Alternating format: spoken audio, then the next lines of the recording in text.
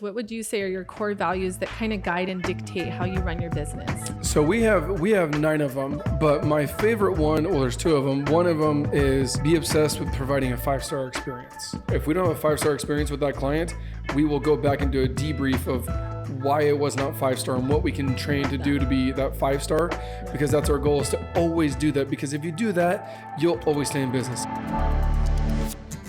This is The Real Deal, where real estate meets real life. Whether you're a seasoned real estate expert, a first-time home buyer, or if you're simply passionate about hearing small business stories, this is the podcast for you. Join us as we dive deep into the world of real estate and beyond. Welcome everyone to episode 25 of The Real Deal, where real estate meets real life. I am your host, Janine Igliani, with my co-host, Ryan Hatcher. What's up? And our guest today is Jason Payne with State 48 Roofing, and this is going to be a fun one. And Jason, I know you're going to spit a lot of awesome stuff, so I'm super pumped to hear it all. So thanks for being here. Yeah, glad to be here. Love it. Will you tell us, kind of back up and go to the beginning and tell us where did you grow up? How did you get into roofing? All of that stuff. So I'm LDS, served mission from our church in Mexico City. So obviously learned Spanish there. Hablas español. Español. Solamente los lunes. No. Yeah, so I came back from my mission, and I was in landscaping before I went on my mission. Came back and was an irrigation tech, like little controllers and valves and stuff. And doing that and just making $12.50 an hour. Just going to school, just getting my feet wet, right? And I had no work experience, right? Because I just got back from my mission. And I was not a fan of school. So I started landscaping, and my uncle called me. Actually, my cousin called me and said, hey, I'm moving to Chicago, and my dad needs someone to run the production side of his roofing company. And I'm like, okay. And he's like, you need a clean driver's license, speak Spanish, and work ethic. And I'm like, done. I was like, that, and that's it. Because I was like, dude, I'm a landscaper. I was like, I don't have much to bring to the table. He's like, no, we'll train you. We'll take care of the rest. 2 weeks of training. And then they're like, cool, you're now the production manager over 3 crews, ready, set, go. Wow. And I went from making $12.50 an hour to $14 an hour. And I thought I had landed the jackpot. You're moving up in life. Ready to rock and roll. So yeah, so that was the start of it. And then worked for my uncle for about 8-9 years. And then worked my way up from production to sales, became the GM. Wanted to go into ownership and didn't work out, wasn't a good fit. So left and went and sold for another random company for a year doing outside sales while bootstrapping this. And August of 2019, opened the doors and haven't looked back. That's awesome. You also have a couple other, I don't want to call them side hustles because they're not, but I'll just call them hustles. What else? Tell us about your other ventures. Yeah, so my main other hustle is a consulting business for blue collar entrepreneurs, contractors.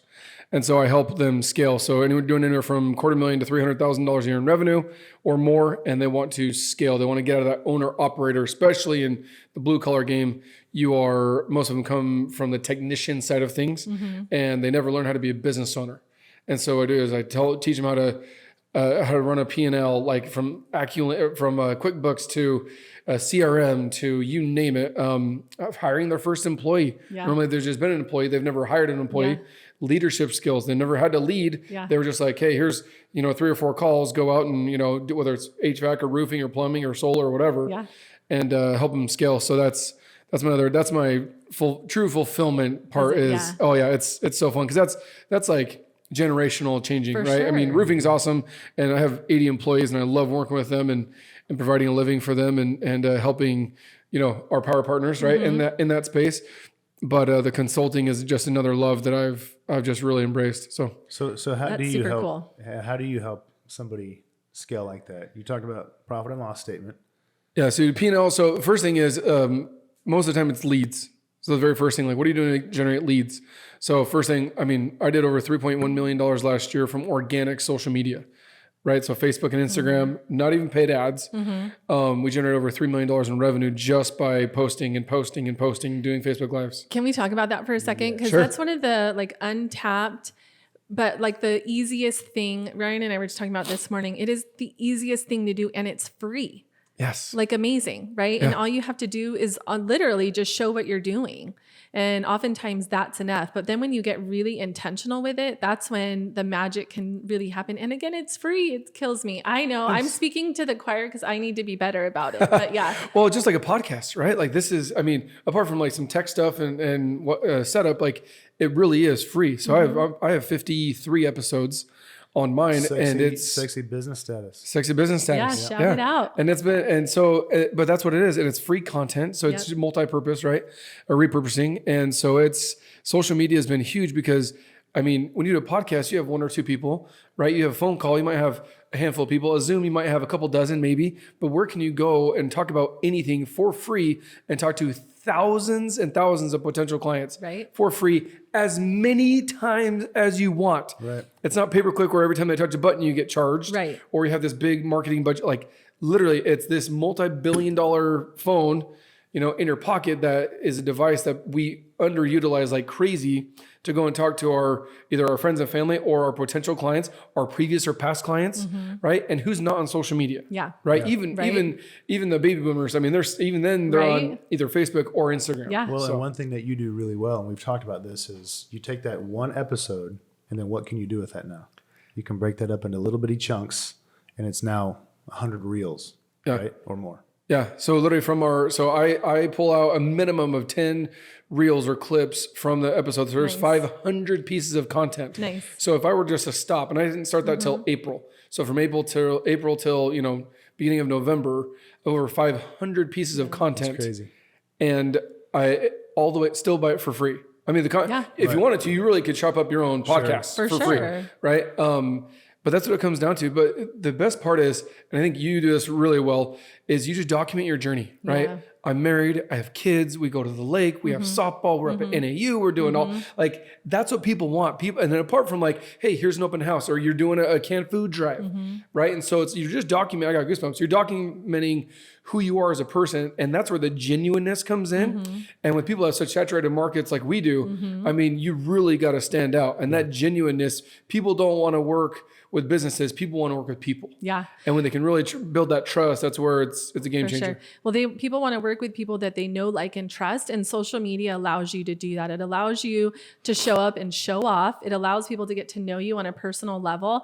And then if you're interacting on there, it allows you to build that relationship. Yeah. Right. And that's super cool and super powerful. Yeah. Engaging with them is huge. So it's not just a matter of just like post. But really, if you just walk around, and I never, like, even right now, my phone is normally put in my pocket, even then it's still out. Why? Because there's always an opportunity to press record or take a picture of something to document it, right? And that could be for training for your staff. It could be something for you and your family. It could be an opportunity to, you know, something that you're doing right now. Hey, we're doing a podcast and all those things. And so when your phone is in your pocket, it's not making you money. Right. And you're losing out on opportunity to document your process. And that's what people, the know, like, and trust part, right? If they know you, well, how do they know you? They have to know you from either family and friends or neighbors, right? Like we are. Yep. Or they have to see you on TV, radio, or social media, right?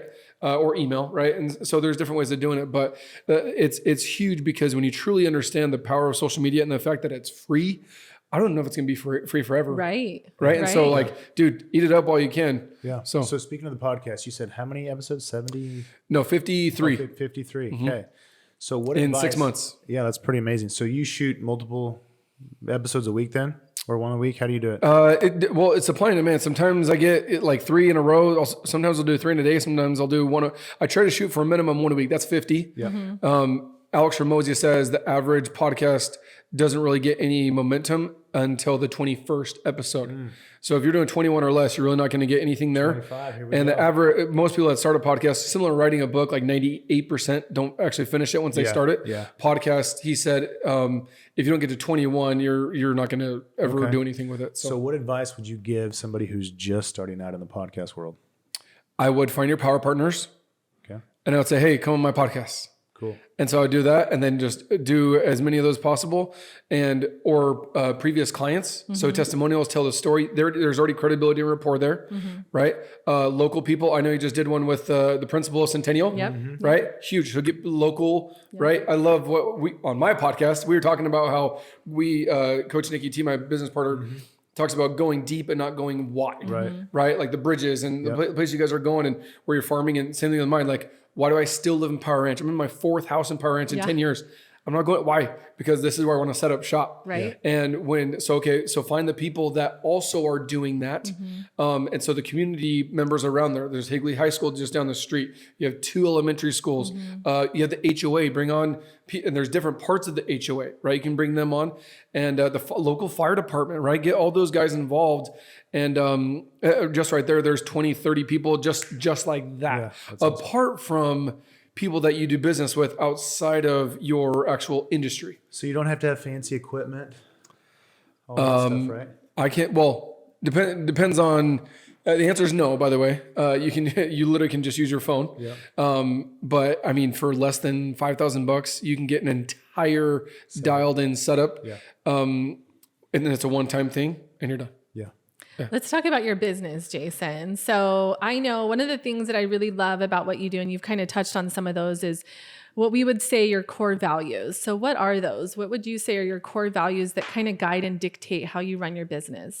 So we have 9 of them, but my favorite one, well, there's 2 of them. One of them is be obsessed with providing a 5-star experience.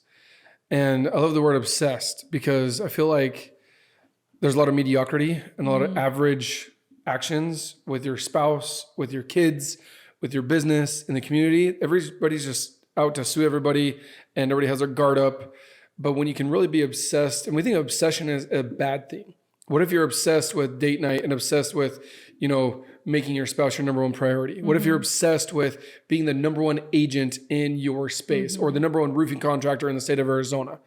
And so being obsessed with that 5-star experience, it's like not just trying, but like literally an obsession to where if we don't have a 5-star experience with that client, we will go back and do a debrief of why it was not 5-star and what we can train to do to be that 5-star, because that's our goal, is to always do that. Because if you do that, you'll always stay in business. If you're always striving for that 5-star, instead of treating them like a number, like a transaction, one of our other core values is be transformational, not transactional, right? Especially in real estate and in trades, that's how it works. I just left an inspection overview where I was there with my client and her son, and she's selling and buying, right? Okay. And she's contemplating keeping that house and renting it. Sure. And I said, you're probably not going to hear this from too many realtors, but I'd say keep it. If the numbers make sense, keep it, because it's going to help her build wealth.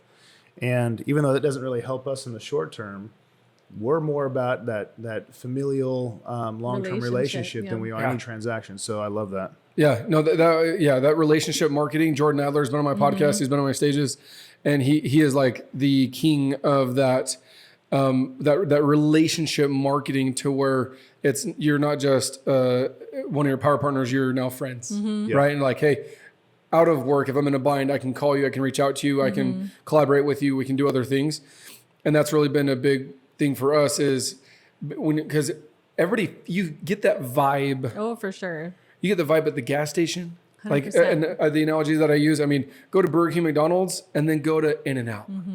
It's just different, right? Or go to Chick-fil-A, right? Like those two. So I use Chick-fil-A, In-N-Out, and Quick Trip. Yeah. Like go to any Circle K, you go to Quick Trip. There is a transactional piece there, and then there's a transformational piece there. You feel like you're part of the QT family. Yeah. If they give you a hat and a shirt, you're like, bro, I could totally work here for a couple hours. Right. But like, give me a Circle K, I'd be like, get the crap out of here. So, right. We see that all the time in our business too, where we cross sell with agents that are all about, I got to get this closed, I got to get the paycheck, whatever that may be. It 100% affects the way they represent that client. And unfortunately, instead of being out for their client's best interest, they're out for themselves, and it shows up. And unfortunately, those sellers, buyers are the ones that end up losing. And I've seen it where it's thousands and thousands of dollars. I will say this. There's an agent who's amazing on social media. She does a great job. Some of my cross sales with her have been the absolute worst experiences I've ever had. Brutal. And it kills me. And I'm like, wow, you can show up one way on social media, but when it comes to really taking care of your client, that's not there. And that's what it's about to me. Yeah, totally. I love Ryan mentioned that. I mean, that could be a potential 5-figure commission on that job, right? Instead of, hey, going to the rental space. But that's how we are with roofing too. It's like, hey, there's a lot of other guys that only do full roofs. I'm like, dude, no, you only need a repair. You only need a repair. It's only $1,500, not 15,000. And it's like, we just educate you based off the condition of your roof. Just like we wouldn't look to your house. It didn't need a new roof yet. right? It just needs maintenance. Yeah. Cool. Here's $500-600, move on. And that's why I tell people, we also use, it's kind of sacrilegious, but I truly take pride in it. It's called WWJVPD. So everyone has wristbands. What would Jesus do, right? Yep. So we do JVPD. What would Jason Von Payne do? So true story. It's ask any of my employees. So I have 80 employees. And so that's what I tell them. If I'm in a podcast, if I'm in a meeting, if I'm out of town, and you need to make that split second decision, apart from your own gut, what would Jason do? That's cool. And creating that culture, like you guys have here, when you create that culture, like what would Janine or Randy do, right? Or Ryan do? And you know that. They know exactly what to do. I love that. And there's no gray area. It's black and white, like, oh, I'm not sure. Then your culture's not dialed in. For sure. So what happens if they do something that you wouldn't do? Have you had that experience yet? Yeah, it's glorified babysitting, man. No, it's So you give them the autonomy to make that decision, and they don't make the right one or the best one. Yeah. What do you do? So I love, one of my favorite books and podcasts or audibles ever is Extreme Ownership by Jocko Willink, right? That is awesome. And it talks about debrief, the military lingo, right? And so I call them debriefs. Okay, hey, look, like I just had one. I had a 1-star review, ROC complaint. And I'm like, dude, it's going to happen. We've done 5,000 jobs in 4 years. You're going to have them, right? So I was like, okay, cool. So I bring in my entire team. I bring in the sales rep. I bring in my entire production team. For anybody that physically went to the house or talked on the phone, email, text message, anything. There's a lot of moving parts. There's probably 5 to 9 people. Bring them all in, sit them all down, pull up the pictures, pull up our CRM. So all of our documentation of everything from the second we scheduled the appointment to the second we called to get the final payment and schedule get a 5-star review out of it and everything between. And we say, okay, where do we make a mistake? Where did we miss out on that 5-star experience? Which one of our team members was not obsessed with that particular transaction or that particular customer, right? And they didn't provide that 5-star experience. And we go through, okay, the hole's here. Cool, not a problem. Okay, accountability kicks in, right? You guys know Wes Watson on social media, big crazy psycho dude. Watson Fit. Yeah, Watson Fit. Yeah, he's insane. But he actually talked about that, how with employees and team members, Tommy Mello calls them team members, not employees. But Wes Watson says, I'm not calling you out, I'm calling you up. And that's something been profound for me for the past few months since I heard it. That dude's a beast. But it's like, hey, I'm not calling you out like to make you feel better, like, just make you feel like a piece of crap. I'm telling you that you're better than this, and our team is better than this, and I demand more than this, so I'm now calling you up. So either we need to, get yourself in check, and 99% of the time that happens, or like, hey, you went against our core values too. That's another way of hiring and firing. Best way to do it: mission statement, vision statement, core values, and your what we talk about PPFs.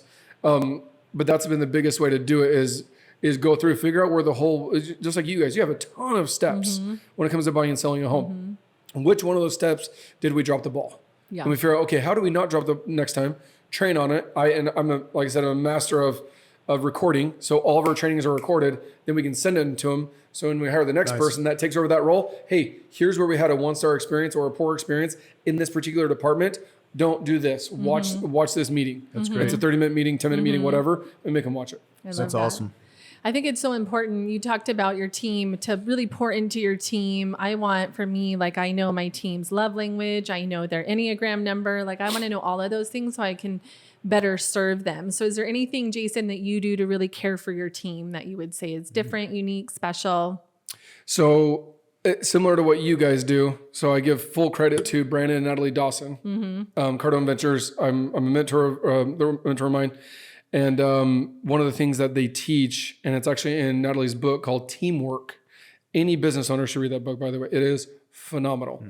It talks about the PPF, so personal, professional, and financial goals. Yes. Every Every single employee get 3 goals: 3 personal, 3 professional, 3 financial. Because if I know what makes Ryan tick versus Janine tick versus whoever, right? And I can find out what makes him tick and what gets him excited. For you, it might be money. For you, it might be having that one Friday off a month, or that one something, right? Like what, a trip or something. Yeah, a trip. Like, for example, we had one of our call setters, Jessie. She was going to Disneyland last year.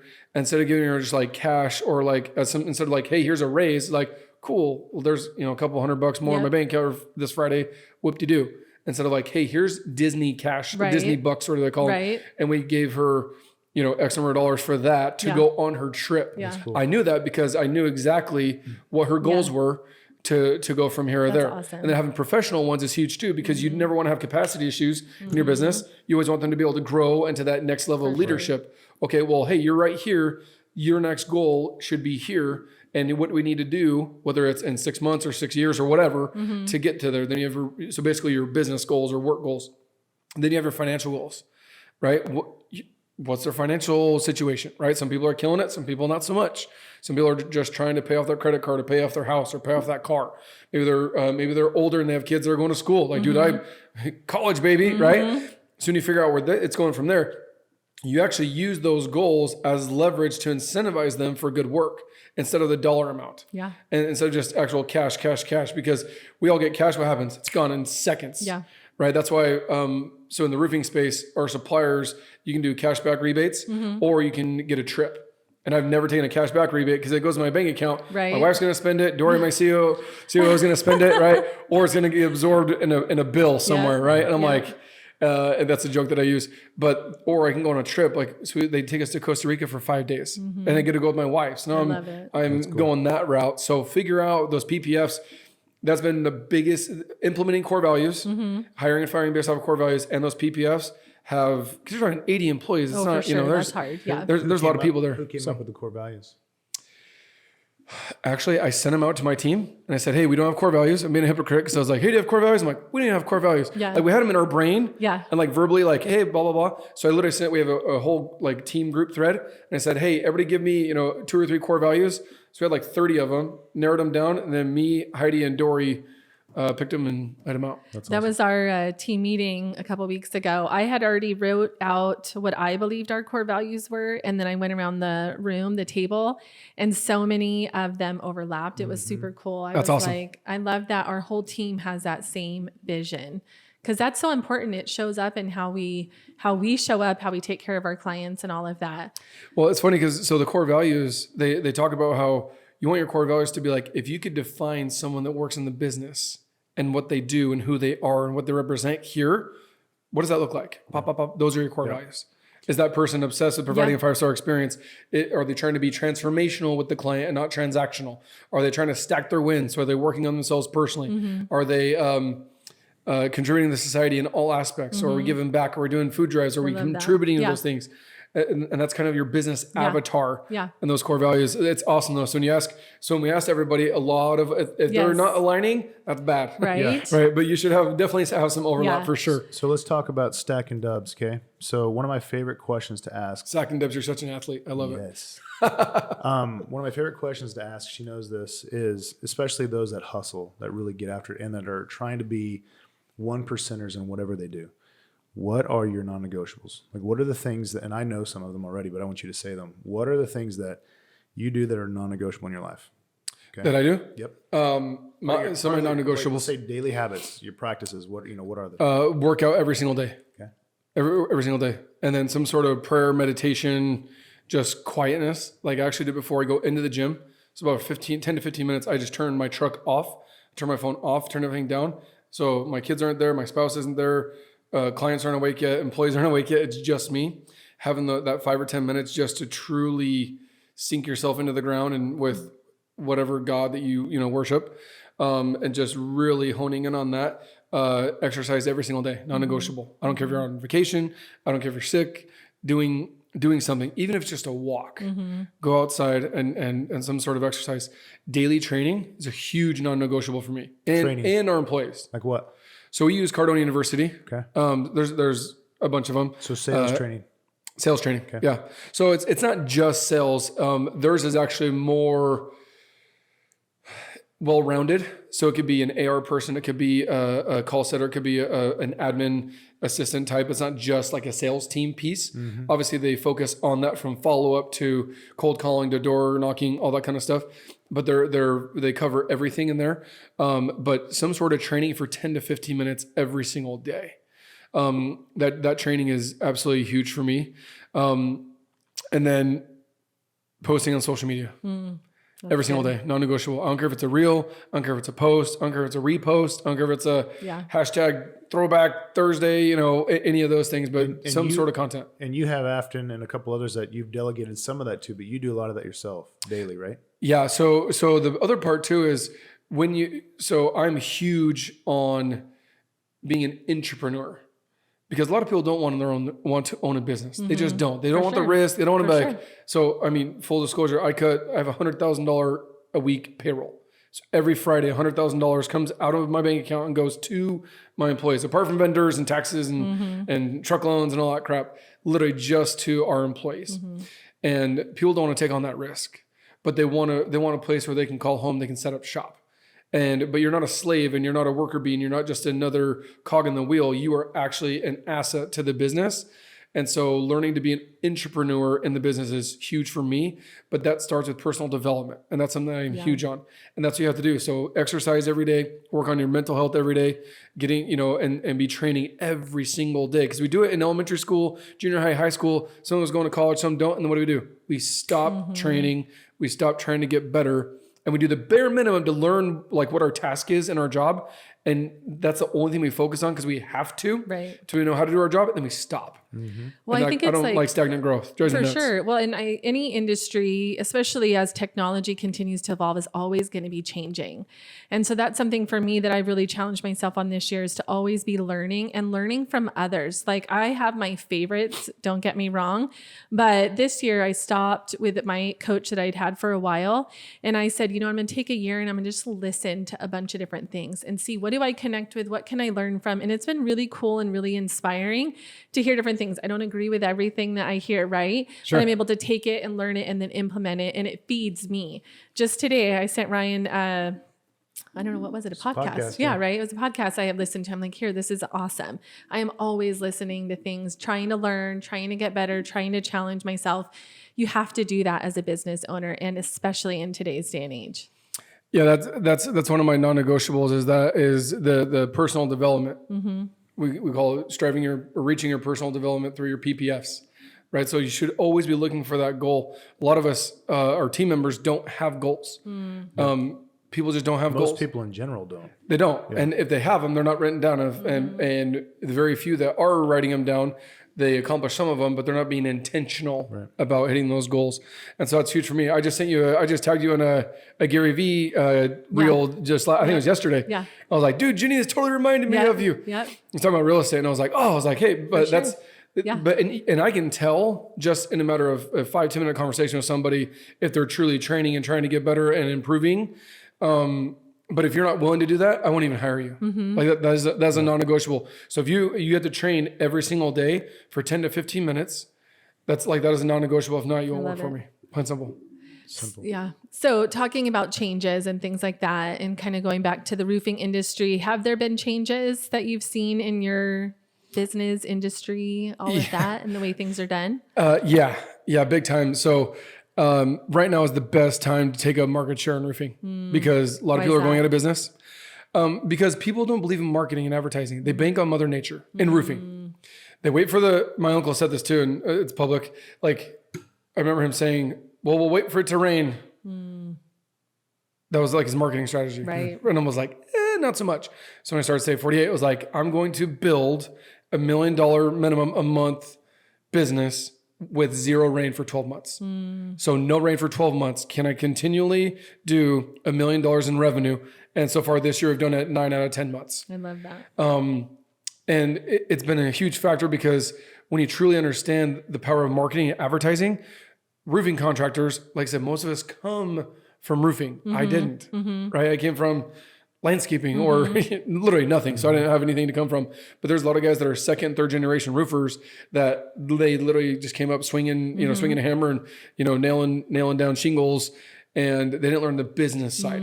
And so I was blessed enough to come from the business side and then learn roofing along the way.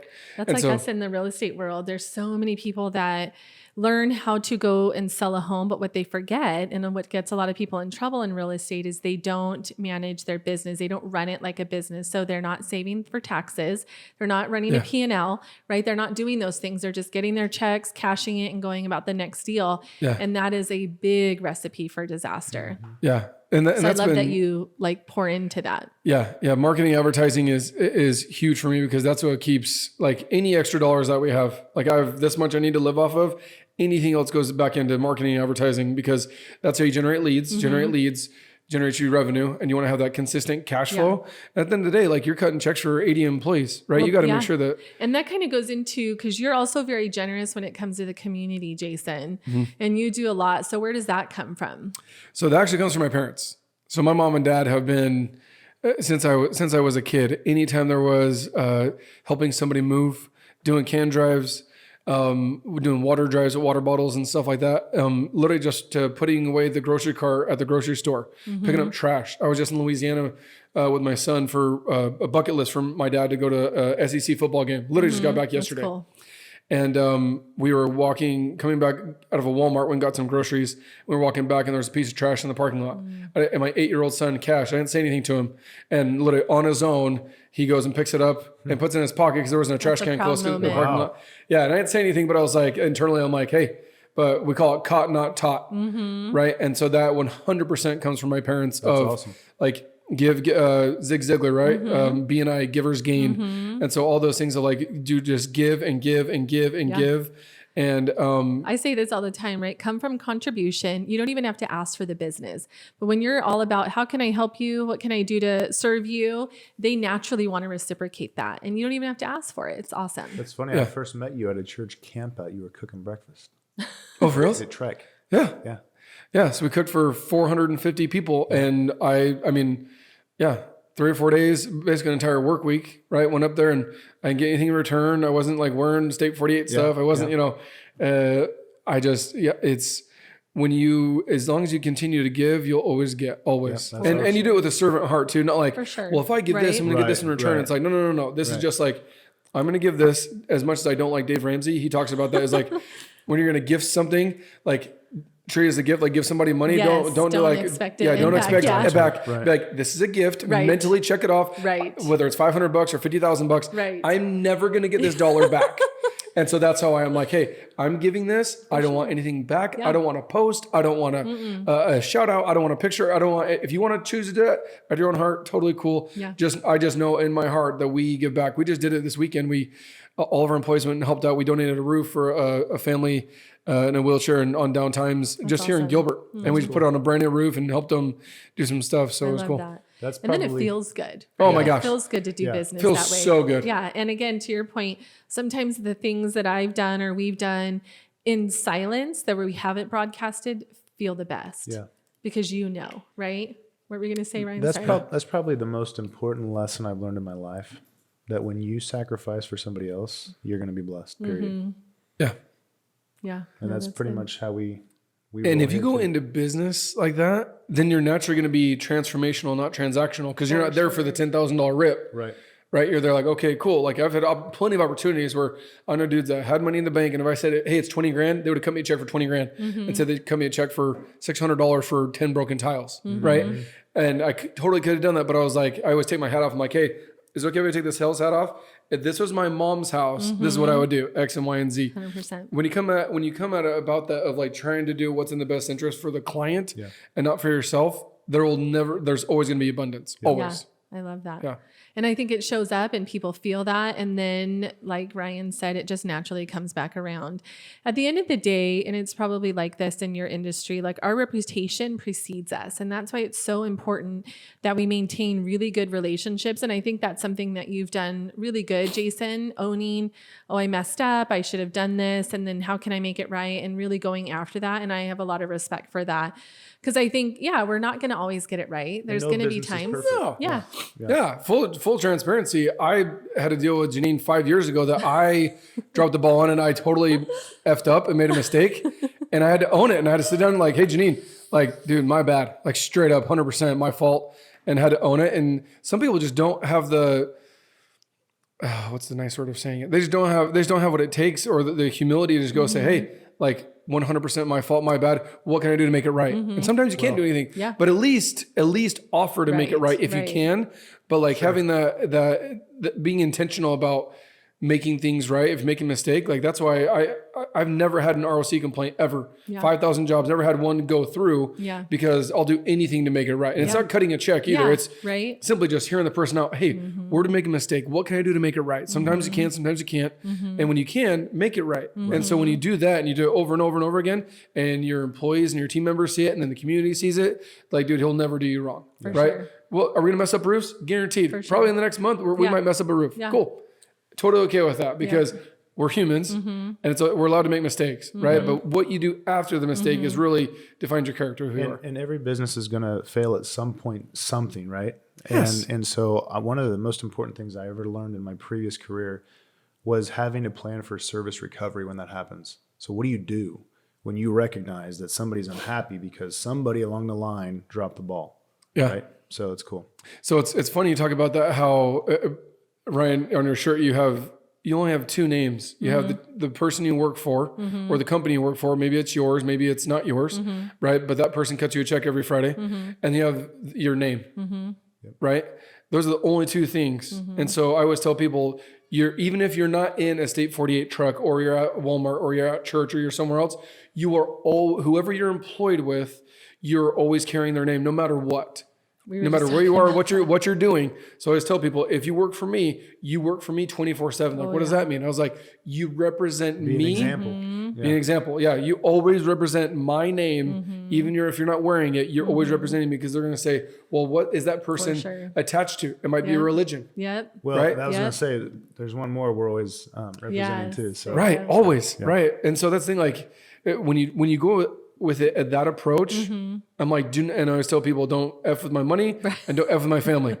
Those are my two rules. Yeah. Like, if you do that, we're square. Like, we're totally cool. But the second you do either of those, that's where we have problems. So can we talk about that at all? Like, you've had some challenges. Oh, yeah, I've had a couple. You've had a couple. Which ones? I don't know. You tell whatever you feel comfortable sharing. But like, life sometimes can knock you down, right? Like family, friends, relationships, business partners. Sometimes it can be hard, which I'll say we've probably all been there. Anytime if you're a business owner, you're going to get burned. You're going to get taken advantage of. It's just going to happen. How you recover it, how you learn from it, right? Those are some huge things. So what would you say? That's what it comes down to is I know I can go home and I can put my head on my pillow next to my wife, next to my kiddos, and know I never have a target on my back, ever. From a client to a supplier to maybe an employee that we had to let go. Nobody, they might not like me, which is okay, but I never feel like I got to watch my back, no matter where I'm at.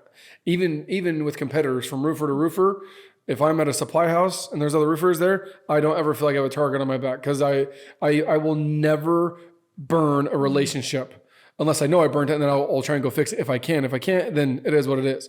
But yeah, I had a relationship with a business partner that went south, and an opportunity to sue him, an opportunity to go pursue things. And I said, well, something that I learned from Tim Grover. You guys know Tim Grover, right? Yeah. Relentless and Winning. Yep. His two books, absolutely phenomenal. Go check them out. MJ and Kobe. Dwayne Wade, and a bunch of others. And so he talked about this actually at Keaton's event in Salt Lake City just a few months ago. And he talked about, you only have so many breaths left in life. Yeah. Who are you gonna spend them on or spend them with? That's good. And I was like, if I were to pursue that route, attorney fees, all that stuff, take away the monetary part, because money comes and goes, right? There's never been a shortage of money ever, Grant Cardone, right? Never been a shortage of money. So the only thing I would never get back if I were to pursue that is my time. And what if I took those hours, plural, that I could spend going golfing with the client, going on a date with my wife, picking up my kids from school, maybe recording a podcast, right? And so that's something I've really learned to, when you want to bury them or go after them or do this and do that, I always have to think, okay, what's time? What's the cost? What's the cost? And a lot of us don't value time. We value money, but we don't value time. For sure. Right? But when you're on your deathbed, like, hey, I'll give you $1 million tomorrow, but you won't wake up tomorrow. Which one would you take? Right. I'll take waking up instead of $1 million. So at that point, That's Brad Lee. Was it Brad Lee? Yeah. Yeah.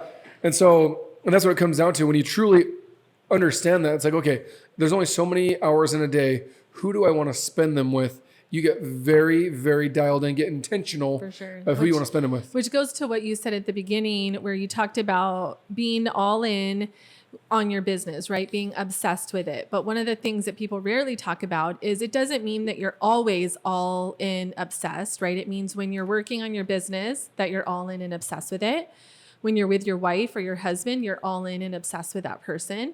When you're working out, you're all in, right? And I love that idea. And that's huge to me because it's like, okay, I've done that where I burnt myself out, where I've just killed myself trying to grow my business and work all the time. I remember trading sleep for more hours to work. Oh. It ruined me. Yeah. And it was like, no. And Tim Ferriss has the 4-hour work week. And I love that idea of working like right before you go on vacation, you get everything done in this short amount of time. It's so funny you bring that up because my dad, this is like 4 years ago, right? Maybe 3 years ago. And when I was just like in the grind, in the hustle. By the way, when you're growing your business, like there's different levels of you that have to level up in. And there's a season for it, sure. not a life for it. I love and that's that. the other part too. My dad's been a flooring contractor for, I'm 36, so 40 years now, 39 years here in Gilbert.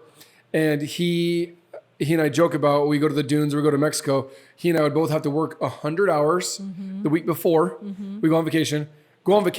And if we had service, we'd still be working. If we didn't have service, we would just be like, holy crap, we hope the crap doesn't hit the fan. Then we get back, we have to put 100 hours in the week we get back. I'm like, dude, that is not success. Right. That is not a business. Right. You are a high paid employee. Right. You're a slave to your business at that Right. point. And I was like, I remember him telling me that. I was like, I will never, that's not, that, if that's what owning a business is, I don't want to do it. I'm out. Right. But when you realize that you can hire and delegate and you can hire people and delegate those services, everybody wins. For sure. Right. But a lot of people, they don't know how to hire, or they don't know how to delegate, or both. Or they're control freak and afraid that if they do that, then they're Yes. giving up something. And really it's like you're getting so much in return. Yeah. And so my biggest thing that I've been blessed to, I guess I just have PTSD from working at another We roofing learn company. from our failures, right? Yes. And I was like, man, I never want to be attached. Like if a roof leaks, I'm getting blown up at 11:30 at night. I'm like, holy cow, like not my jam. Yeah. Right. Or like I Yeah. have to go work 18 hours a day during monsoon season. No, there's a season for it, but Right. you shouldn't have to work 12 or 18 hours a day, every day, 6 or 7 days a For week sure. Right. for 10 years. For Like sure. at that point, you're just working inefficiently and you're Totally. missing the boat. Yeah. So many people won't because they're afraid, right? Fear keeps us. And I know sometimes it's hard, like that first hire, that first step is so hard, but once you do it, it's so worth it. So yeah, and that's the thing is when you can master the art of hiring and delegating, you get your life back. Yeah. And you get time back.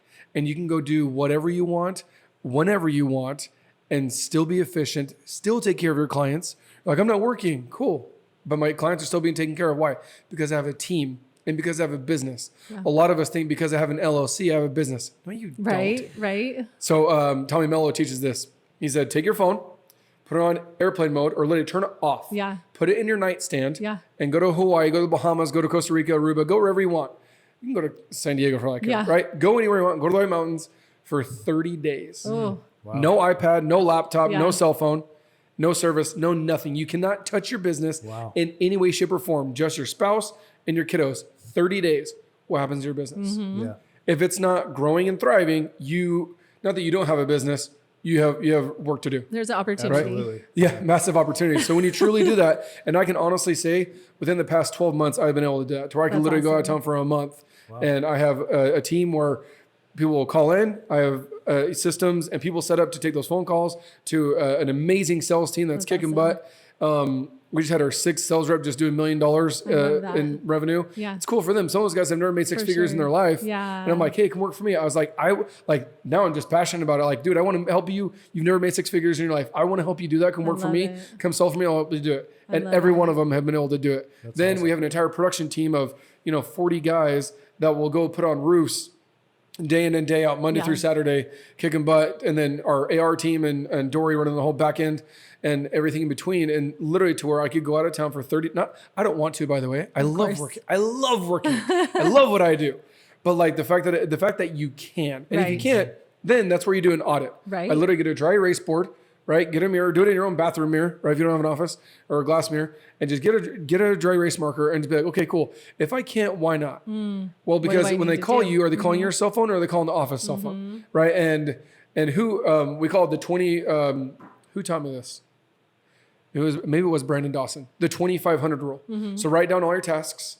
And it's either a $20 an hour task or a $500 an hour task. Because $20 an hour is like $41,000 a year. $500 an hour is $1 million a year. So write down all those $20 an hour tasks and you'll be like, holy crap. So write down everything you do. Monday through Friday and jot it down for a week. Some people say do it for a month. It's a little extreme. Just do it Monday through Friday. But be very, very conscious of the email that I'm sending out, the text that you're sending out, the office that you're going to, what you're doing. And it's either a $20 task or a $500 remove the needle task. And then all those $20 tasks, hire and delegate. You might need to hire, you're like, holy crap, I need to hire 2 or 3 people. Yeah, you do. And guess what? You won't be working 12 or 18 hours. You won't be going crazy. You'll be A-okay. But some people are so scared to let go of that $30,000, $40,000, $50,000, $60,000 an hour position to hire and pass those tasks off. But you're never going to grow or scale your business. The other thing is, what is it in my business that I don't enjoy doing? Can I hire out for that too? Or what do you suck at? Right? Yeah. What are you not good at? And then how can I go all in on what I am good at? Now that's been huge. Like, so in my consulting business, Nick does the exact opposite of me. I'm like, I'll get all the sponsors, I'll get all the people in the room, I'll do this and this and this and this. But the funnels and the emails and the like, I hear funnel and I want to vomit, right? But it's massive and it's super important, right? That's how I feel about taxes. I hate them. Yes. I hate them. Yeah, guess what? So cool. Pay your CPA and he does it and gangster and saves you a ton of money and tells me what I need to do. Sign here. Cool. You owe $3,000. Right. Awesome. See you later. Bye. Right. But that's when you truly do that. So Tommy Mello is like the epitome of that. He's like, find something you don't want to do or something that you suck at and hire and delegate those tasks. It's the biggest thing. Elon Musk talks about that. He's like, oh, did you ever go to Harvard or Stanford or Yale? He's like, no, but those 10 guys did. Yep, I love right? it. Right. And it's like, awesome. And they work for me. And so we have all that going in. And so that's been really huge when you truly understand that all those phone calls. And one of my biggest things was I took my phone number off of my trucks, off of my website, off of all of my swag, everything. Took my phone number off of all of it. Nice. But that number was still allocated to somebody that I said, hey, you're going to take these phone calls and you're going to allocate them, whether it's, in-house or a lead, whatever, and go from there. And that saved me hours and awesome. Hours and hours and hours. So do it. If you're a business owner, self-audit that. By the way, if you're a mom, self-audit yourself. For sure. Yeah. Like Heidi did a little bit ago and she totally killed it. She's like, okay, I need to stop doing this and this and this and this. And financially, if you can, she's like, I spent all these. House cleaner. Yes. We have house cleaners come every 2 weeks. Jason, you're high maintenance. Cool. Guess what? My wife loves me. Why? Because she's not doing the toilets. I freaking hate toilets. The only thing I like toilets for is to use them.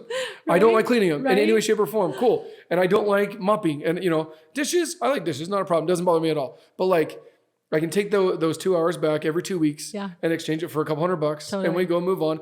My wife doesn't have to do it. But guess what? My wife loves me. She's happier. Yeah. Dude, win, like all day. So figure those things out. Yeah. Yeah. Ryan, you don't have a house cleaner yet? No. Oh, Kara would love you even more than she already does. Yeah. we're going to have a chat about that tonight. I'm sure. Yeah. No, it's huge. When you can really understand like what does she want to do?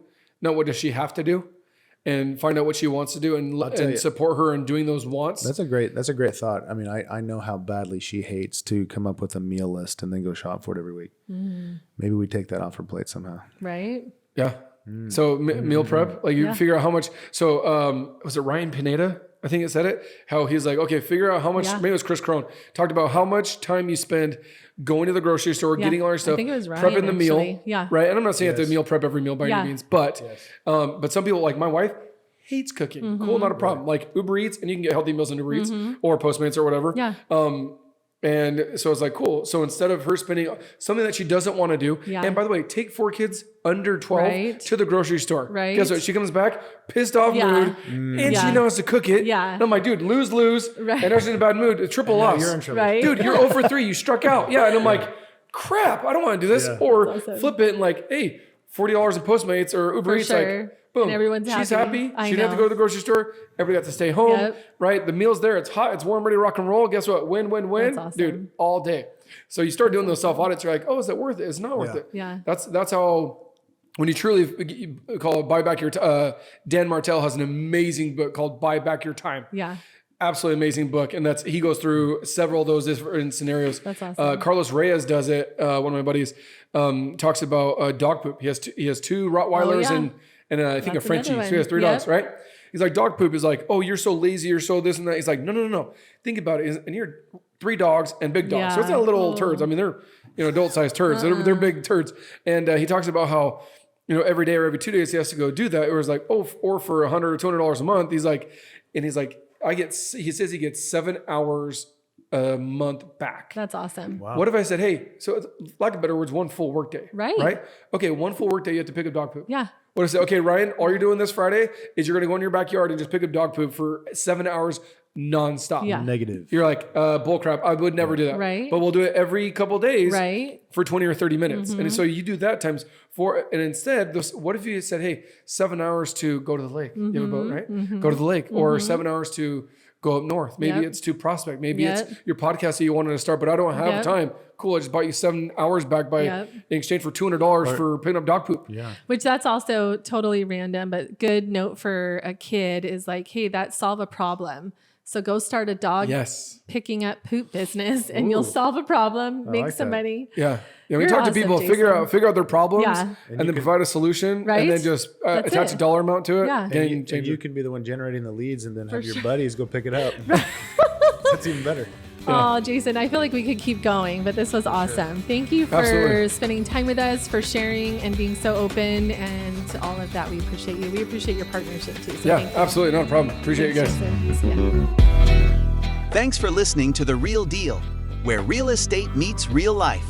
Make sure to follow or subscribe to the Home Selling Team on YouTube, Instagram, and Spotify to stay up to date with our podcast.